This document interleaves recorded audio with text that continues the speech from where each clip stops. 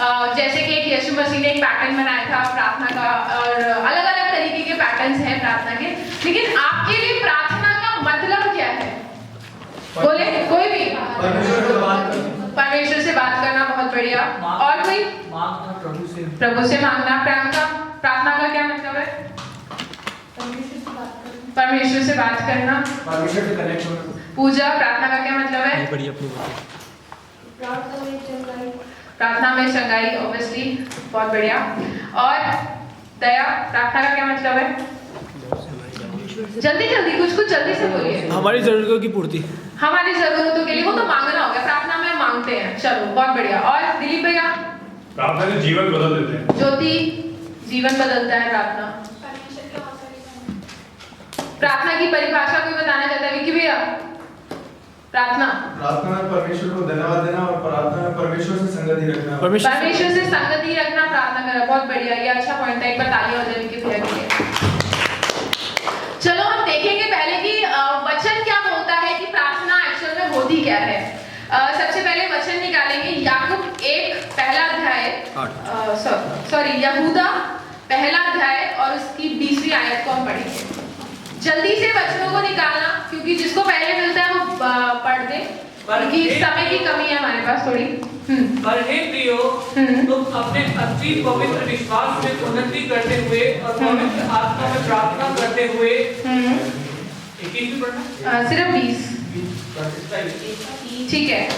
दूसरा वचन एक बार पढ़ेंगे, यूहन्ना 15 अध्याय उसका 16वीं आयत का बी पार्ट। यूहन्ना 15 अध्याय उसकी 16वीं आयत का बी पार्ट। कि तुम मेरे नाम से जो कुछ पिता से मांगो वह तुम्हें दे। किससे मांगो? किससे मांगो? सब लोग अपना ध्यान इधर देंगे। दीपू थोड़ा फास्ट निकालना आगे भी, और जो लोग जल्दी निकाल सकते हैं सिर्फ वही पढ़े, सब लोग बाकी सब लोग ध्यान सामने देंगे, ठीक है? क्या मांगे? किससे मांगेंगे हम? पिता से। आइए हम इसकी परिभाषा देखते हैं कि इन दो वचनों के आधार पे मैं एक परिभाषा के ऊपर पहुंची हूं कि प्रार्थना की परिभाषा क्या है। प्रार्थना की परिभाषा क्या है? स्वर्गीय पिता परमेश्वर से बातें करना, उसके बेटे, किसके बेटे? किसके बेटे? परमेश्वर के बेटे यीशु मसीह के द्वारा पवित्र आत्मा की मदद जो हम लेते हैं उसे प्रार्थना कहते हैं। यहूदा 1:20 दोबारा पढ़ देंगे राजू भैया। किसकी मदद के लिए वहां पे बोला जा रहा है? पर हे प्रियो, तुम अपने अति पवित्र विश्वास में उन्नति करते हुए और पवित्र आत्मा में प्रार्थना करते हुए। पवित्र आत्मा में प्रार्थना करते हुए। किसमें प्रार्थना करते हुए? पवित्र आत्मा में प्रार्थना करते हुए। जब भी हम लोग प्रार्थना करते हैं तो हमें किसकी मदद लेनी है? पवित्र आत्मा की। और किसके नाम से मांगना है हमें? यीशु के नाम। इसी को हम प्रार्थना कहते हैं। परमेश्वर से बात करना, परमेश्वर से बात करना, कैसे बात करना? यीशु मसीह के द्वारा और पवित्र आत्मा की मदद के साथ या सहायता के साथ। तो अब आप सब लोग मुझे बताइए कि एक चेले के लिए प्रार्थना क्यों जरूरी है? विश्वासी के लिए अलग बात है, विश्वासी प्रार्थना करते हैं, लेकिन एक चेले के लिए प्रार्थना करना क्यों जरूरी है? क्यों उसे जरूरत है कि चेले के लिए प्रार्थना करें? ये बहुत महत्वपूर्ण विषय है। जैसे कि कल हम सबने सीखा था कि चेला कौन होता है, चेले के लिए टाइम मैनेजमेंट क्या होता है, पवित्र आत्मा क्या होता है चेले की जिंदगी में, और क्या सीखा था? टाइम के ऊपर, और विजन, उसका कीमत क्या होता है। ये सब जो कल हमने सीखा, ये सब चीजें हम कब कर पाएंगे? कब कर पाएंगे? जब हम प्रार्थना करेंगे। बहुत बढ़िया। ये जो पिछले दिन में हमने सब सीखा वो एक ही चीज के द्वारा किया जा सकता है। किसके द्वारा? प्रार्थना के द्वारा। प्रार्थना के द्वारा। हम लोगों में कोई भी खूबी या कोई लियाकत नहीं है कि हम अपनी बुद्धि से एक चेला बन जाए, या अपनी बुद्धि से हम लोग कोई काम कर सके, या अपनी बुद्धि से हम लोगों को लीड कर सके, या अपनी बुद्धि से हम लोगों को काउंसिल कर सके, या अपनी मेहनत से हम लोग उनको चंगाई दे सके। कैसे कर सकते हैं ये सारी चीजें? प्रार्थना के द्वारा। प्रार्थना के द्वारा। तो अब याद रखिएगा, अगर आपको एक यीशु मसीह का चेला बनना है तो सबसे पहले आपको क्या करना है? नोट कर लेना अपनी डायरी में। सबसे पहले प्रार्थना करना है, तभी आप यीशु मसीह के चेले कहलाओगे। तो अब मुझे बताओ कि एक चेले के लिए प्रार्थना क्या होती है? कैसे एक चेले को प्रार्थना क्यों करनी चाहिए? आत्मिक उन्नति में बढ़ने के लिए। बहुत बढ़िया, आत्मिक उन्नति में। और कोई? बनाए रखने के लिए? पवित्रता अपने जीवन में बनाए रखने के लिए। बहुत बढ़िया। एक चेले का रोल मॉडल होता है यीशु मसीह, तो उससे बात करके उसकी सुन के ही हम उसी के अनुसार चल सकते हैं। बहुत बढ़िया, लेकिन वो शब्द नहीं आ रहा जो मैं सुनना चाहती उसकी हूँ। सामर्थ मांगने के लिए। उसकी सामर्थ्य नहीं, ठीक है, बहुत अच्छा है, लेकिन वो शब्द मैं ढूंढ रही हूँ। और ललित भैया हो गया, योगेश बने रहने के कोई और किसी के नैना? उसकी पहचान में बढ़ने के लिए। उसकी पहचान में बढ़ने के लिए, हाँ ये भी अच्छी बात है। बहुत उसके बढ़िया। जैसा बनने के लिए। उसके जैसा बनने के लिए बहुत अच्छी बात है। आइए हम कुछ पॉइंट्स को देखेंगे। एक्चुअल में प्रार्थना एक चेले को क्यों करनी चाहिए। पहला पॉइंट है परमेश्वर के साथ अपने रिश्ते को आगे बढ़ाने के लिए। किसके लिए? अगर हम प्रार्थना करते हैं तो क्या होता है, हमारा रिश्ता बनता है ना यीशु मसीह के साथ, परमेश्वर के साथ हमारा रिश्ता बनता है। तो उस रिश्ते को दिन प्रतिदिन बढ़ाने के लिए हमें क्या करनी है? प्रार्थना करना। एक वचन निकालेंगे, चलो अभी फिर वो नेक्स्ट में लेके वो बोला वचन। अब दूसरा पॉइंट हम देखेंगे। दूसरा पॉइंट है परमेश्वर के साथ अपने रिश्ते को बनाए रखने के लिए। देखना, समझना इस चीज को, बढ़ाना और बनाए रखना दोनों चीजों में बहुत डिफरेंस है। कैसे डिफरेंस है, कोई बताएगा क्या डिफरेंस है इनमें? बढ़ाना और बनाए रखना। बढ़ाना, दिन प्रतिदिन बढ़ाना, बढ़ते। हम इस दुनिया में बहुत सारे रिश्ते क्या करते हैं? बनाते हैं। माँ बाप का, फ्रेंड्स बनाते हैं बहुत सारे। एक आपका एक रिश्ता होगा, पास्टर के साथ एक रिश्ता होता है, आपके भाइयों के साथ एक रिश्ता होता है, बहनों के साथ रिश्ता होता है, और कुछ ऐसे भी हम अलौकिक से रिश्ते भी निकाल देते हैं। हर एक के साथ रिश्ता बनाते हैं। हम इस धरती पे जन्म लेते हैं, हमें माँ बाप मिलते हैं, माँ बाप हमारे एक रिश्ते होते हैं। पहला रिश्ता उनके साथ होता है, फिर हमारे दोस्त, फिर हमारा परिवार, चर्च हो गया, पास्टर हो गया, सबके साथ हमारा एक रिश्ता होता है वो हम बनाते हैं रिश्ते। क्या करते हैं? लेकिन बढ़ाने का काम किसका है? उस रिश्ते को बनाए रखना भी एक बहुत बड़ी इंपॉर्टेंट चीज है। नेक्स्ट पॉइंट एक बार दिखा देंगे। तीसरा पॉइंट है परमेश्वर के साथ रहने के लिए। एक चेले को प्रार्थना क्यों करनी है? परमेश्वर के साथ रहने के लिए। हम एक रिश्ते को बनाते हैं, फिर उसे बढ़ाते हैं, फिर उसके साथ रहते हैं। यह चीज हमेशा याद रखना। आपको यीशु मसीह के साथ पहले रिश्ता बनाना है, फिर उसे दिन प्रतिदिन प्रार्थना के साथ उसे क्या करना है? बढ़ाना है, फिर हमेशा परमेश्वर के साथ रहना है। समझ आया कि चेले को प्रार्थना क्यों करनी चाहिए? कोई कंफ्यूजन है? हम आगे बढ़ेंगे। अब चेले को प्रार्थना क्यों करनी चाहिए, हम लोगों ने सीखा कि किस तरीके से प्रार्थना क्या होती है, चेले को प्रार्थना क्यों करनी चाहिए। लेकिन एक चेले को प्रार्थना कैसे करनी चाहिए, ये बहुत बड़ी चैलेंज की बात होती है। अभी हम लोगों को किसी को बोल दिया जाए, मैं बोलूं ज्योति चलो प्रार्थना करो आज की मीटिंग के आशीर्वाद के लिए, हमें शब्द ही नहीं मिलेंगे, या फिर हमें पता ही नहीं होगा कि इस मोमेंट में हमें क्या प्रार्थना करनी है। या फिर अगर बोले कि कुछ लोगों को मैंने ऐसा देखा है कि उन्हें बोलते चलो आप ये प्रार्थना करो इस खाने की आशीष के लिए, वो पूरे दिन का धन्यवाद और ये इतने में खाना भी ठंडा हो जाता है।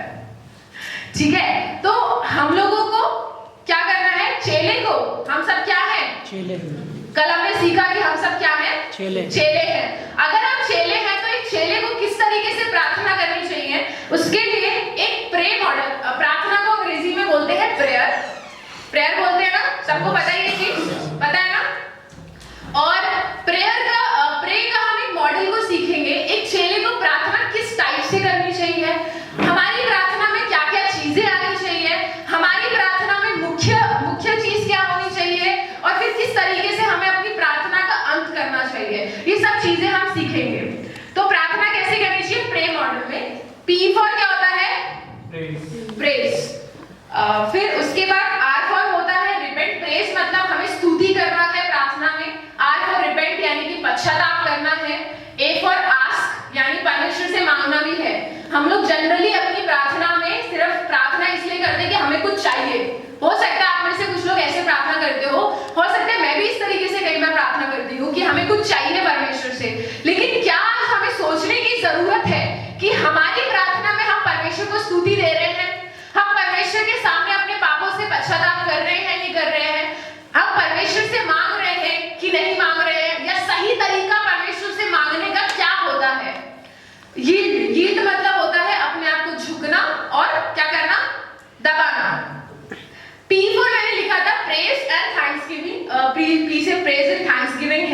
उसके लिए एक वचन पढ़ेंगे जल्दी से फटाफट। यशाया की पुस्तक उसका 43 अध्याय उसका 21वीं आयत। 43। P for praise and thanksgiving, यानी कि हमारी प्रार्थना में हमेशा स्टार्टिंग में क्या होना चाहिए? इस प्रजा को मैंने अपने लिए बनाया है कि वे मेरा गुणगान करें। किस प्रजा को बनाया है यहाँ पे? हम सबको। किसको बनाया है? हम सबको परमेश्वर ने क्यों बनाया है? बोलो भाई। सो रहे हो क्या सब? धन्यवाद देने के लिए उसकी महिमा, ताकि हम उसका वचन क्या कहते हैं? यशाया क्या बोलता है? ताकि हम उसका क्या करें? गुणगान करें, गुणगान करें, हम उसकी स्तुति करें। उसकी सृष्टि की। हमें परमेश्वर ने हमारा पहला परमेश्वर को बनाने का उद्देश्य क्या है? कि हम उसका स्तुति करें, उसको धन्यवाद दें, क्योंकि परमेश्वर को ये अच्छा लगता है। दाऊद कहता है कि जब मैं धन्यवाद करता हूँ तो मैं आनंदित हो जाता हूँ, मगन हो जाता हूँ उसकी स्तुति में। क्यों बोलता है दाऊद? क्योंकि परमेश्वर ने उसे बनाया है इसलिए। अगर परमेश्वर के जिस कारण के लिए परमेश्वर ने उसे बनाया अगर वो कर रहा है तो वो क्या होगा? खुश होगा। अब एक बात बताओ कि फॉर एग्जाम्पल के लिए ललित भैया की शॉप है, ठीक है, फैंसी की शॉप है। अब उन्हें बोल दिया जाए भी आपको फैंसी की शॉप नहीं चलानी है, अब आपको क्या करना है? कपड़े प्रेस करने की दुकान खोलनी है। क्या वो कर सकते हैं? कर सकते हैं। वो मतलब नामुमकिन नहीं है, लेकिन क्या वो करेंगे? उन्हें अगर ऑफर दिया जाए यार तू ये छोड़ दे, ये सब चीजें अपनी फैंसी की दुकान को बंद कर, प्रेस वाली दुकान खोल ले, कब लोगों के कपड़े प्रेस करियो, कर सकते हैं? ज्यादा कमाई हो तो ज्यादा कमाई हो तो उस बिजनेस में ज्यादा पैसा मिले तो ज्यादा कमाई हो, एक सिंधी व्यक्ति यही सोचेगा। और दूसरा, क्या उन्हें अंदर से मजा आएगा करने में? क्योंकि वो उनका जो इंटरेस्ट लेवल किसके अंदर है? फैंसी की दुकान में। फैंसी की दुकान में अगर वो प्रेस कर भी लेंगे तो कर लेंगे, लेकिन उन्हें वो आनंद, वो मजा नहीं आएगा। ऐसे ही परमेश्वर ने हमें किस लिए बनाया है? उसका गुणगान करने के लिए। ये शब्द को अपनी डायरी में लिख लेना, नोट कर लेना कि परमेश्वर ने हमें ये जो आपको इतना अच्छा बॉडी दिया है, शरीर दिया है, खूबसूरती दी है, जो टैलेंट्स दिए हैं, उन सबसे क्या होना चाहिए? परमेश्वर का स्तुति होनी चाहिए। ठीक है, अब एक वचन और निकालेंगे, भजन संहिता 103 का 1 और 2 वचन। हो सकता है किसी को मुंह जुबानी याद हो। हे मेरे मन यहोवा को धन्य कर, और जो कुछ मुझ में है वह उसके नाम को, उसके पवित्र नाम को धन्य कहे। हे मेरे मन यहोवा को धन्य कहे और उसके किसी उपकार को न भूलना। हमें धन्यवाद क्यों देना है? उसके उपकार, उसके एक बार दूसरा वचन दोबारा से पढ़ लेंगे। हे मेरे मन यहोवा को धन्य कहे और उसके किसी उपकार को न भूलना। क्योंकि आगे तीसरा भी भी वही तो तेरे सब अधर्मों को क्षमा करता और तेरे सब लोगों को चंगा करता है। वही सब काम आपकी जिंदगियों में करता है, इसीलिए परमेश्वर को क्या करना है? धन्यवाद देना है। ये सब वचन जो यहाँ पे आएंगे सब लोग, मैं एक एक वचन पढ़ाऊंगी, लेकिन आप लोग अपनी डायरी में नोट कर सकते हैं और घर जाके उसे स्टडी करिएगा। इसमें भी सेम ऐसी ही कुछ मिलती जुलती चीज आपको मिलेगी। ठीक है, तो हमेशा हमें परमेश्वर का क्या करना है? स्तुति करना है, धन्यवाद देना है। धन्यवाद किस लिए देना है? क्योंकि उसने आपको क्या दिया है? एक नई जिंदगी दी है। उसके किसी उपकार को, दाऊद बोलता है मैं उसके किसी उपकार को ना बोलूं, इसलिए परमेश्वर का धन्यवाद करता हूँ। हमें भी आज के बाद जो भी आपकी जिंदगी में होता है, सुबह से लेकर शाम तक, रात तक आप याद करो कि परमेश्वर आपकी जिंदगी में रोज कुछ नया काम करता है। तो कुछ नया काम किया होगा, उसके लिए परमेश्वर से स्पेसिफिक होके विशिष्ट रूप से परमेश्वर का धन्यवाद करें। धन्यवाद परमेश्वर आपने ये किया। मेरे जीवन की, मैं अपने जीवन में ये चीज बहुत अच्छे से फॉलो करती हूँ। जो भी छोटी भी चीज होती है, एक छोटी खुशी भी आती है, तो रात को जब मैं प्रार्थना करती हूँ अपने पति के साथ में, हम धन्यवाद देते हैं उसका कि परमेश्वर धन्यवाद। हमारी कई बार कुछ पानी नहीं आता है, लेकिन हम उसके लिए भी धन्यवाद देते हैं, परमेश्वर धन्यवाद आपने पानी भेज दिया। कौन कौन धन्यवाद करता है उसके लिए? सब लोग ये छोटी चीजें भूल जाते हैं, लेकिन हमें परमेश्वर के हर एक उपकार को याद रख के उसको हर समय धन्यवाद देना है। कई बार हमारी प्रार्थना में ये चीज होती है कि जब हम परमेश्वर को धन्यवाद, जैसे अभी वर्शिप लीड हो रही थी तो करण बोल रहा था, अमित बोला था, आइए हम परमेश्वर को धन्यवाद देंगे, परमेश्वर को और भी धन्यवाद दे, अपने दिल को खोल के धन्यवाद दे। हमारे पास धन्यवाद के शब्द ही नहीं आते हैं। क्यों नहीं आते हमारे पास धन्यवाद के शब्द? क्यों नहीं आते हैं? अब से अगर आपके जीवनों में अगर ये ऐसा होता है आपके साथ कि आपको धन्यवाद के शब्द नहीं आ रहे हैं, तो आप याद करें भजन संहिता। भजन संहिता 23 को अपनी मुंह जुबानी याद करें, भजन संहिता 91 को अपनी मुंह जुबानी याद करें, 121 को मुंह जुबानी याद करें। इसके अंदर दाऊद जो है परमेश्वर का निरंतर धन्यवाद करता जा रहा है। तो आपको भी अपनी प्रार्थना में धन्यवाद करने के लिए वचनों का इस्तेमाल करना है, जैसे दाऊद करता था अपनी प्रार्थना में इस्तेमाल परमेश्वर को धन्यवाद देने के लिए। तो अब से हम क्या करेंगे, जब भी प्रेयर करेंगे तो क्या करेंगे, स्तुति करेंगे, उसकी स्तुति करेंगे और क्या करेंगे, धन्यवाद करेंगे। धन्यवाद करेंगे। अब हम आर की तरफ बढ़ेंगे। आर का मतलब होता है रिपेंट। रिपेंट मतलब पश्चाताप करना। जल्दी से एक वचन को पढ़ेंगे, लूका रचित सुसमाचार उसका 15वां अध्याय उसकी 21वीं आयत को जल्दी से। यहाँ पे जो है पिताजी मैंने स्वर्ग के विरोध में और तेरी दृष्टि में पाप किया है। क्या किया है, पाप किया है। आगे, और अब इस योग्य नहीं रहा कि मैं तेरा पुत्र कहलाऊं। क्या किया उसने, पाप किया। यहाँ पे एक स्टोरी सब लोग जानते हैं, उड़ाऊ पुत्र की स्टोरी है। वो घर छोड़ के चला जाता है और उसके बाद अपने पिता के घर में वापस आता है। तो वहाँ पे क्या कर रहा है, ये बता, क्या कर रहा है, पश्चाताप कर रहा है अपने पिता के सामने। क्यों पश्चाताप करने की उसे जरूरत पड़ी, क्योंकि उसने पाप किया, गलती की। अच्छा, एक सवाल आप लोगों से समझे, सोच समझ के बताइएगा, क्या गारंटी है कि आप लोग दोबारा से पाप नहीं करोगे? कोई गारंटी है? क्यों, ऐसा क्यों? किसी के पास जवाब है क्यों नहीं हम पाप, मतलब क्यों हमें बार बार पाप करना है? क्योंकि बाइबल का वचन कहता है कि पाप की उपस्थिति अभी भी संसार में है। तो इसीलिए हम लोग भी कई बार पाप करते हैं। पाप तो करते हैं, क्या हम उसका पश्चाताप कर रहे हैं?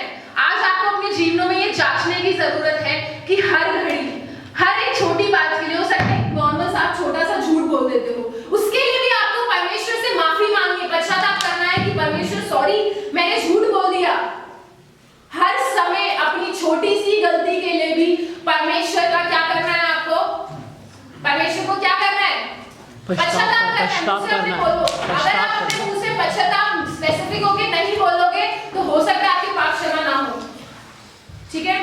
और एक और वचन पढ़ेंगे, नीति वचन 28 का 13, उसको मैं ऐसे ही बता देती हूँ। उसके अंदर इस तरीके से सुलेमान बोलता है कि परमेश्वर, एक बार पढ़ लो फटाफट से अगर किसी ने निकाल लिया तो। 28 का 13, जो अपने अपराध छिपा रखता है, अपने अपराध छिपा रखता है, उसका कार्य सफल नहीं होता, उसका कार्य सफल नहीं होता। परंतु जो उसको मान लेता है और छोड़ भी देता है, उस पर दया की जाएगी। किस पर दया की जाएगी? जो मान लेता है और जो छोड़ मान लेता है और छोड़ देता है।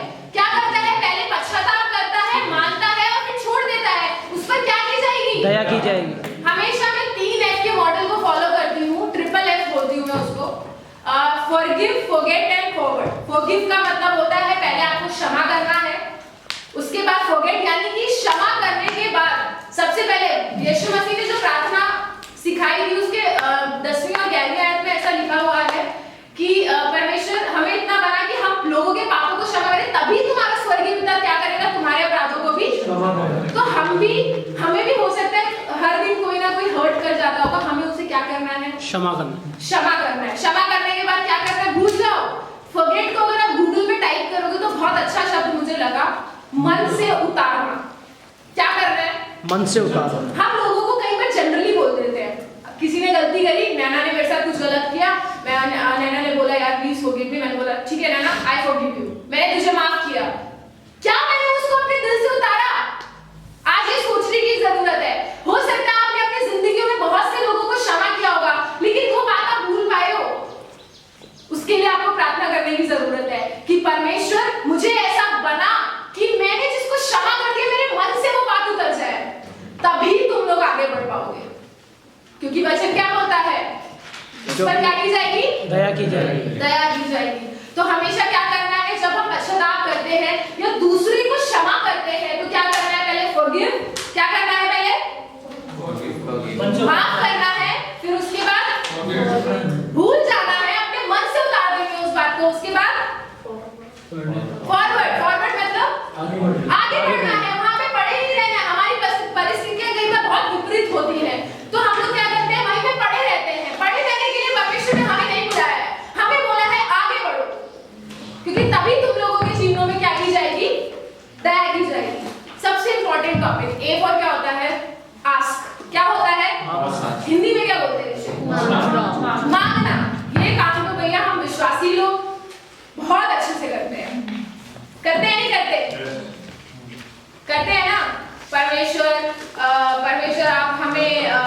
हमें ये दे दो, घर दे दो, गाड़ी दे दो, बंगला दे दो, हमारी ये समस्या का उपाय कर दो।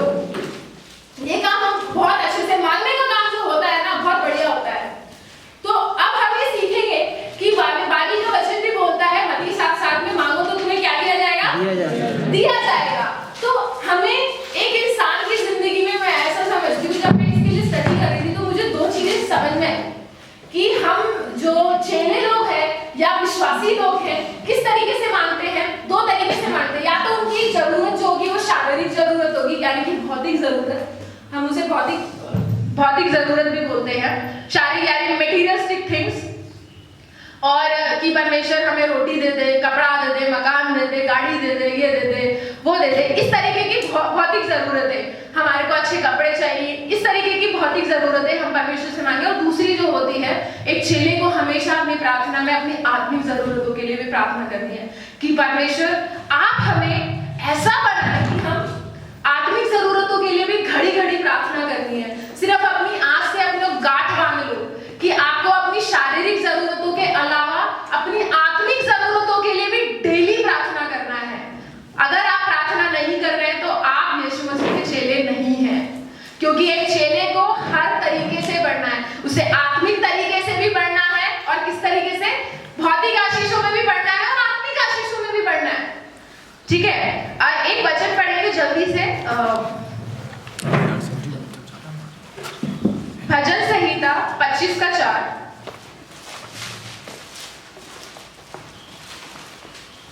हे यहोवा अपने मार्ग मुझको दिखला, अपना पथ मुझे बता दे। ठीक है, क्या क्या बोल रहे हैं यहाँ पे दाऊद लिखने वाला कि हे यहोवा मुझे अपने मार्ग, क्या बोल रहे हैं यहाँ पे क्या बोलना चाह रहा है दाऊद? सोचो जल्दी से, फटाफट 10 सेकंड में। यहाँ पे दाऊद जो हो रहा है, या परमेश्वर से क्या करना चाह रहा है, सीखना चाह रहा है। आत्मिक जरूरतों के लिए जब भी हम प्रार्थना करें, एक चेले होने के नाते आप जब भी परमेश्वर से, यीशु मसीह से, पवित्र आत्मा की सहायता के साथ अगर आप प्रार्थना करते हैं तो एक चेले को हमेशा मांगना है टीच मी, यानी परमेश्वर मुझे अपना मार्ग पर चलना। दोबारा वचन पढ़ेंगे, हे यहोवा अपने मार्ग मुझको दिखला, अपना मार्ग मुझे दिखा, यानी मार्गदर्शन के लिए बोल रहा है। तो हमें एक चेले को अगर अपनी आत्मिक उन्नति करनी है तो हमेशा अपनी प्रार्थना में क्या बोलना है, परमेश्वर मुझे सिखा। सीखने के लिए पहले तैयार होना पड़ेगा। आप चेले बनने के लिए आए यहाँ पे, तो आपने पहले अपने मन को क्या किया, तैयार किया, और यहाँ पे आए सीखेंगे पहले, उसके बाद आगे जाके दुनिया में काम करेंगे। तो हमेशा चेले को अपनी आत्मिक प्रार्थना में क्या बोलना है, परमेश्वर मुझे सिखा, मेरे मार्ग का दर्शन कर। जल्दी से दूसरा वचन पढ़ेंगे, यूहन्ना 15 अध्याय उसकी 8वीं आयत। उसके अंदर ऐसा लिखा है, मेरे पिता की महिमा उससे होती है कि तुम फल लाओ, वरन बहुत सा फल लाओ, तभी तुम मेरे क्या ठहरोगे, चेले ठहरोगे। क्यों यहाँ पे ऐसा बोल रहा है वो? अगर एक चेले होने के नाते आप फल नहीं ला रहे हैं तो आप यीशु मसीह के चेले नहीं हैं। आप यहाँ से सीख कर जाएंगे अपने लिए प्रार्थना करनी है कि परमेश्वर मैं तेरा अगर चेला हूं तो मेरे जीवन के द्वारा क्या हो, फल आए। हमेशा अपनी प्रार्थना में बोले, परमेश्वर मुझे फल लाने के लिए, औरों को जीतने और आत्माओं को जीतने के लिए मुझे तैयार कर, और आत्माओं को जीतने के लिए मुझे मदद कर। जब भी हम प्रार्थना करें तो पहली चीज क्या करनी है, आत्मिक चीजों के लिए जब हम प्रार्थना करें, परमेश्वर से क्या बोलना है, परमेश्वर मुझे सिखा।